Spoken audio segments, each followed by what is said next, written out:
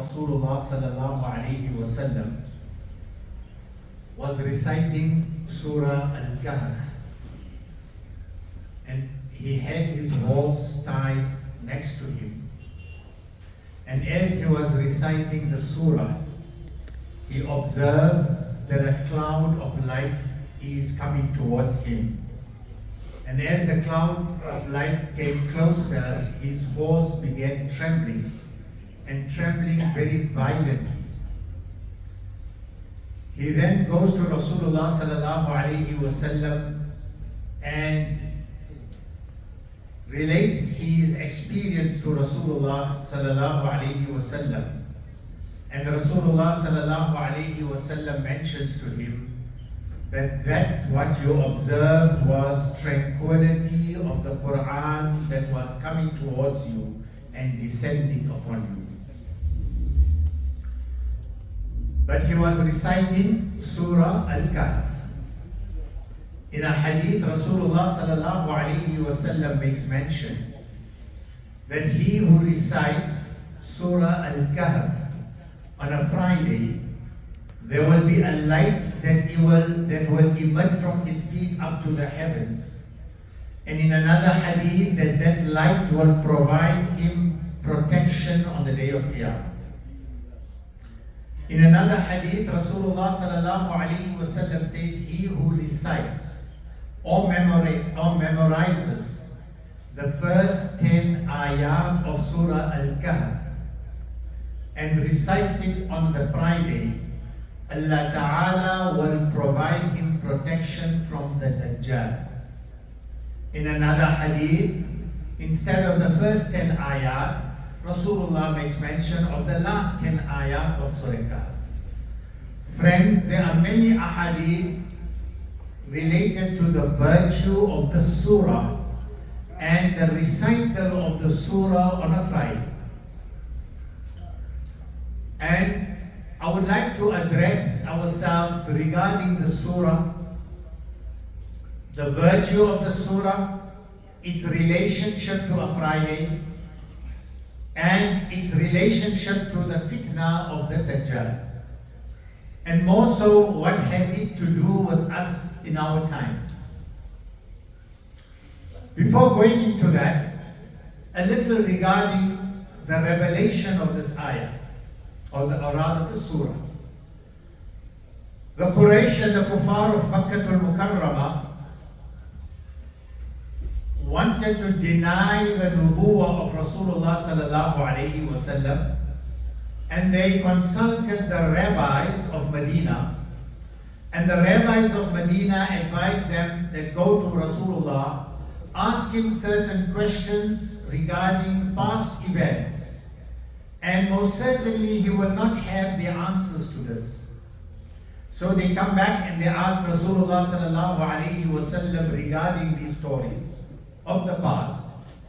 Without going much into the detail, after some delay, Allah Ta'ala reveals the entire Surah Al-Kahf, responding to the questions that the Kuffar had asked Rasulullah sallallahu alayhi wasallam. And in the Surah, Allah Ta'ala provides the answers to the questions. When the surah was revealed, my beloved friends, the entire surah was revealed in its entirety. And 70,000 angels descended on earth, awaiting the revelation of this of the surah and taking advantage of the nur that illuminated the world as a result of the surah. And Jibreel alayhi salatu was salam comes down and reveals the entire surah, Surah Al-Kahf. Beloved friends, before going into the actual stories and the lessons, a few pointers for us to keep in mind. Firstly, whenever the Sharia advises us to recite some portions of the Quran Kareem and mention certain virtues of that surah or that ayah, for example, the virtue of Ayatul Kursi, etc., whenever the Sharia advises us to recite something and mentions the benefit, the virtue and the significance of that surah or ayat, it is imperative that we realize that just the recital is not the magical charm that will provide you the protection. Yes, the recital is of benefit, but more important is to recite, understand what the ayat or the surah is about, reflect on that ayat and the surah, and after reflecting and contemplating, it's equally important to implement the underlying message that is contained in those ayat and surah in order to gain the actual benefit of why the Sharia has asked us to recite that. And that applies to this great surah, Surah Khaf as well. Another point to keep in mind, we may ask that we're talking of the Dajjal and it is something that will happen just prior to Qiyamah. What connection does it have with you and I in the times that we are living? Firstly, remember that Rasulullah sallallahu alayhi wasallam advised the Sahaba to recite the surah on a Friday in his era.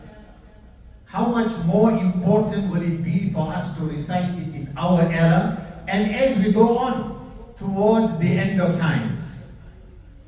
Secondly, my beloved friends, we need to understand that when we talk of the Dajjal, yes, the emergence of the person Dajjal is a reality.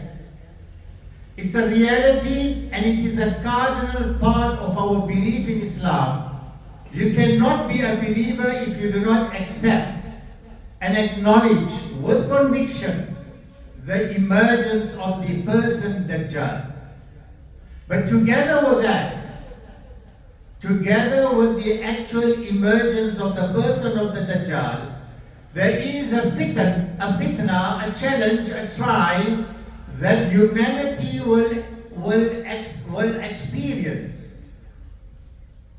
which is related to the actual emergence of the Dajjal, which we call the ideology of Dajjaliyah, the ideology of the fitna of Dajjal. And my beloved friends, perhaps we are already in our era experiencing and observing the fitna and the trial of the Dajjal and the fitan that he will put out into the earth. Having understood these few important points, let's look at the surah. Obviously, in the time that I have, we cannot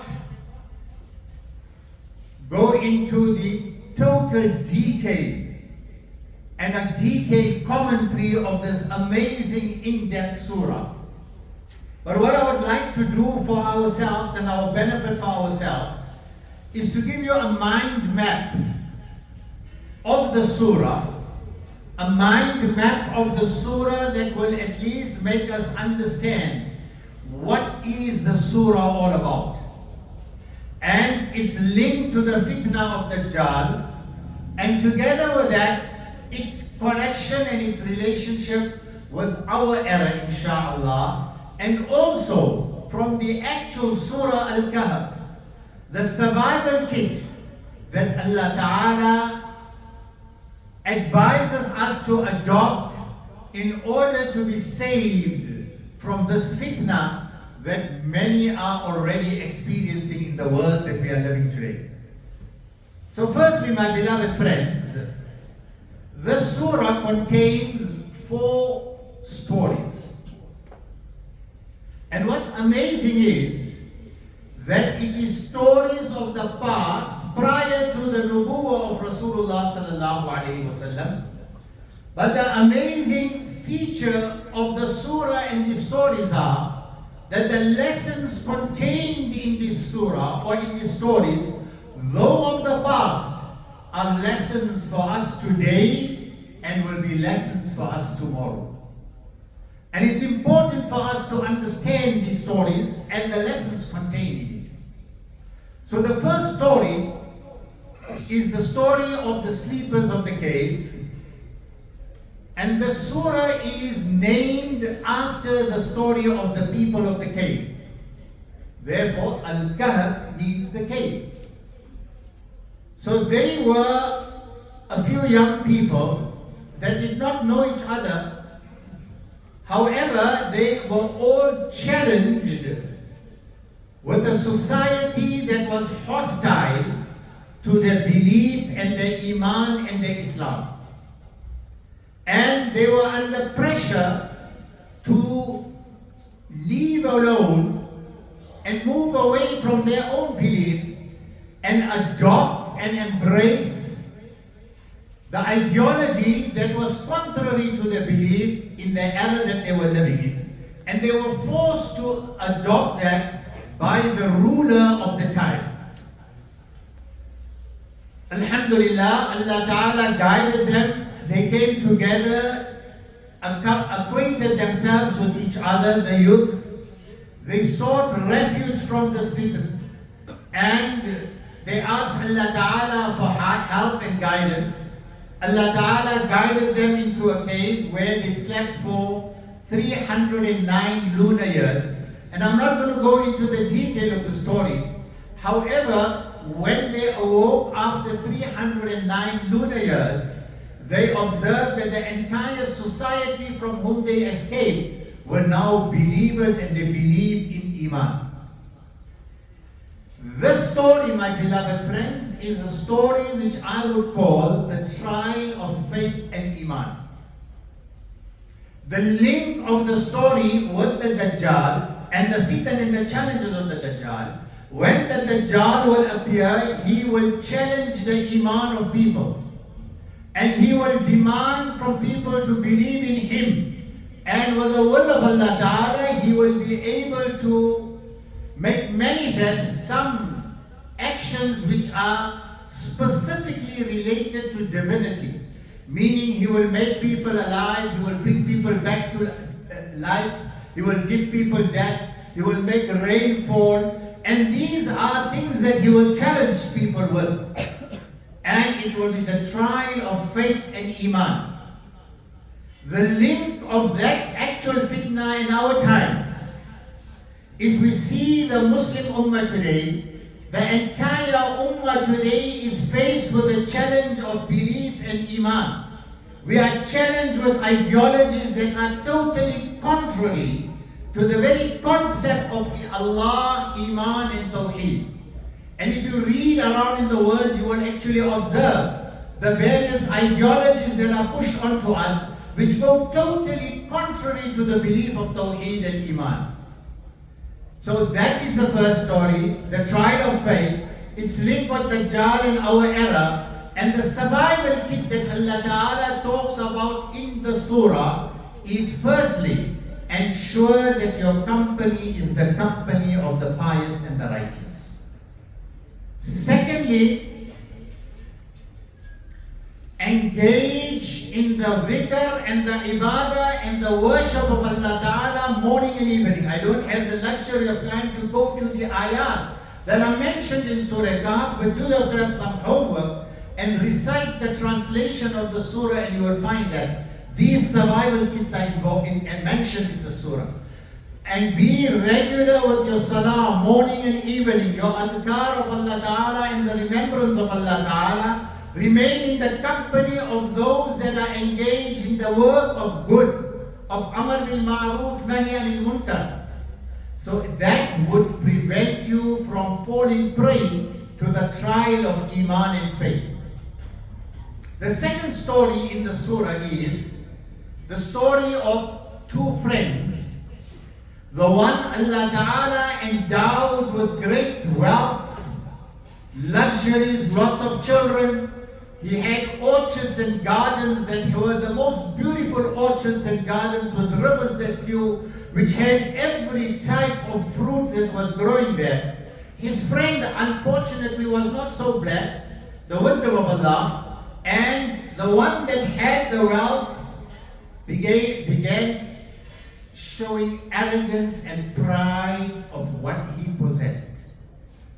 His friend advises him that do not be proud and arrogant, do not let your ego overtake you, because all this that you have has come to you from Allah Ta'ala. He in turn says, it's my effort. It's got nothing to do with Allah, na'udhu billah. And when he reminded him of Akhirah, the man actually said, Akhirah is something that is just imaginary, and even if it is, Allah will give me much more.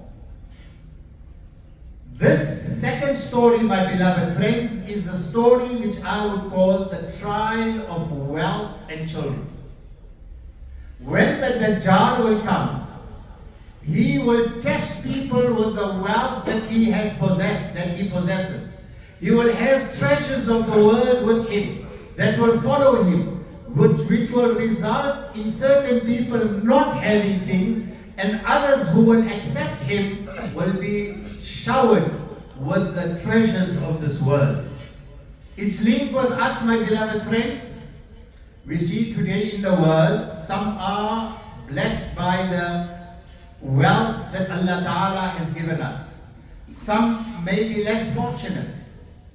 In the trial of wealth, never ignore and become indifferent to the source of your wealth and children. Sometimes, due to our wealth, we become so arrogant about our wealth, and we have so much ego that we become indifferent to the source of our wealth and our possessions, and we forget Allah Ta'ala. And the second survival kit of the trial of wealth is always be grateful to Allah Ta'ala for what you have.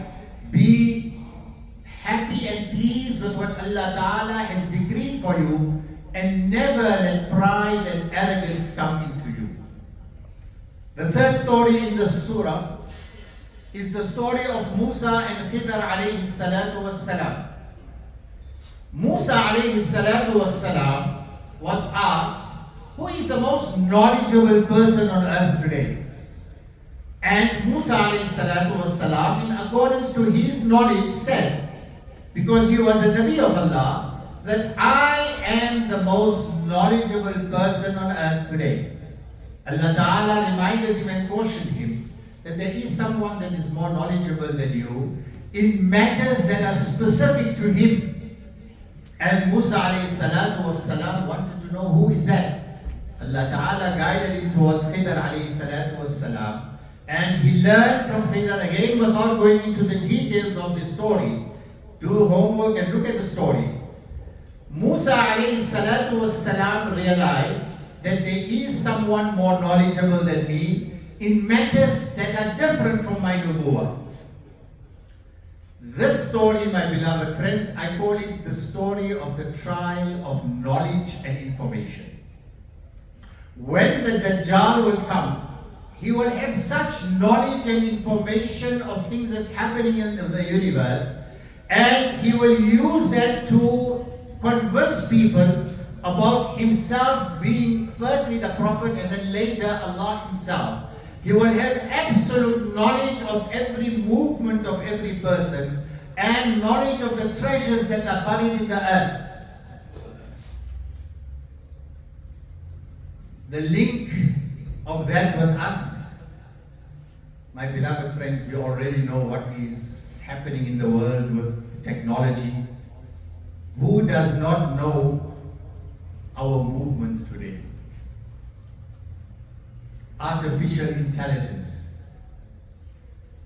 What you spend, where you spend, how you spend, where you are, what movements you have.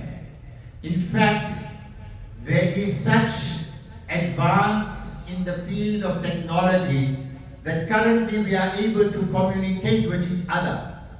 There is already things that have been researched and already tested that people will be able to communicate with what's already in your thoughts. That means if something is in your thoughts, I will know what you are thinking. That's how technology is advancing. And Dajjal will actually let you know and tell you what you are thinking and what you have with you. That's the link of the fitna of Dajjal in our times. And this is the trial of knowledge and information. My beloved friends, the survival kit that is mentioned in the Surah Khaf, it's an amazing surah of our times. The survival kit mentioned there is, number one, be cautious from where you seek your knowledge. Allah Ta'ala advised Musa alayhi salatu wassalam where to seek that knowledge from. The source of your knowledge is of absolute importance to save yourself from falling into the fitna of today. Number two, never be proud and arrogant of your knowledge, because there is always someone more knowledgeable than you. And thirdly, never debate about things that you don't know about. Musa alayhi salatu wassalam's condition to be with Khidr was, don't ask me questions about what I do. I will inform you why I'm doing certain things. And the minute Musa alayhi salatu wassalam started asking questions, Khidr warned him that I warned you, and eventually Khidr said we have to part ways. Don't debate about things you don't have knowledge of. And it's a survival kit for our times and the fitan that we are observing today. And finally, always exercise patience about things you don't know. You don't have to know everything.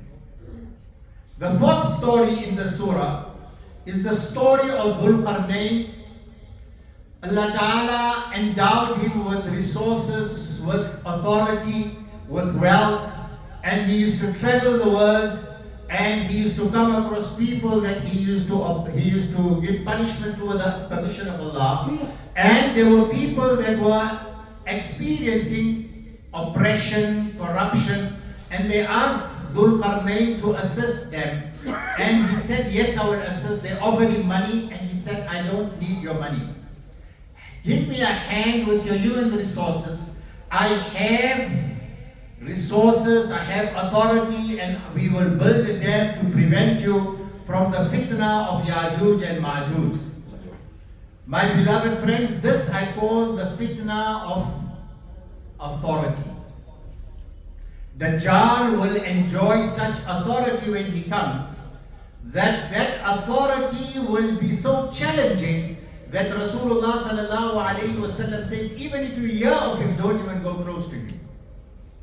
That link of the surah and the fitna of authority in our times, who is not aware of the fitna of authority that the world is fighting for?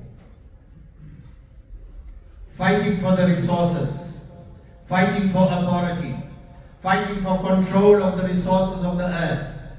These are such resources or such a trial that even the best and the most sincere of people can very easily fall prey to. My beloved friends, the lesson and the link I've already explained. The survival kit for that is never abuse the authority if you have it. To our rulers and our leaders as well. Dhul Qarnayn was offered money. He did not take the money. Stay away from corruption. Do not use your authority to spread more corruption. Use your authority and the power that you have to spread justice, equality. And that is the survival kit. Whether it is in your own home, the authority that you enjoy. Whether you enjoy the authority in your communities. Whether you enjoy the authority in your organizations. Or whatever other form of authority that you enjoy. Ensure that you use your authority to spread justice and equality and not more corruption on earth. These are the lessons of the surah. Finally, my beloved friend, amazingly, the will of Allah Ta'ala, between the four stories, the two stories, and then in the middle of these two stories, and then the other two, Allah Ta'ala, with His wisdom and will, brings the story of the creation of Adam, you and I, of mankind and Iblis, Shaitan. There is again amazing wisdom of that. And that is that these fitan and challenges that we are facing with today in earth is not void of the influence of Iblis, Shayateen and the jinn. It is not void of that. Whatever fitna you will see, the fitna of the test of your iman, whether it is the fitna of wealth, whether it is the fitna of education and information, whether it is the fitna of authority and power, all of that, Shaitan has a great hand in it. And my beloved friends, one of the success of Shaitan in the world that we are living today in our era is to make us oblivious of his influence over us. And we don't give it importance. And we become indifferent to the influence of Shaitan. Remember, Shaitan has a great hand in the fitan that we are observing. And it is for that reason, subhanallah, Rasulullah sallallahu alayhi wasallam continuously sought refuge in Allah from Shaitan. أعوذ بالله من الشيطان الرجيم قل أعوذ برب الفلق قل أعوذ برب الناس. These are surahs which are alive today, and we need to continuously seek refuge from the influences of Shaitan. May Allah Ta'ala guide you and me to understand this beautiful deed of ours. The Quran Kareem, the surah, is such a beautiful and amazing surah. Friends, do yourselves a favor, recite the surah, understand the meanings of the surah, reflect on the stories and the lessons that are meant in the surah, and implement the underlying messages of the surah. Wa akhiru da'wana and alhamdulillahi rabbil alamin.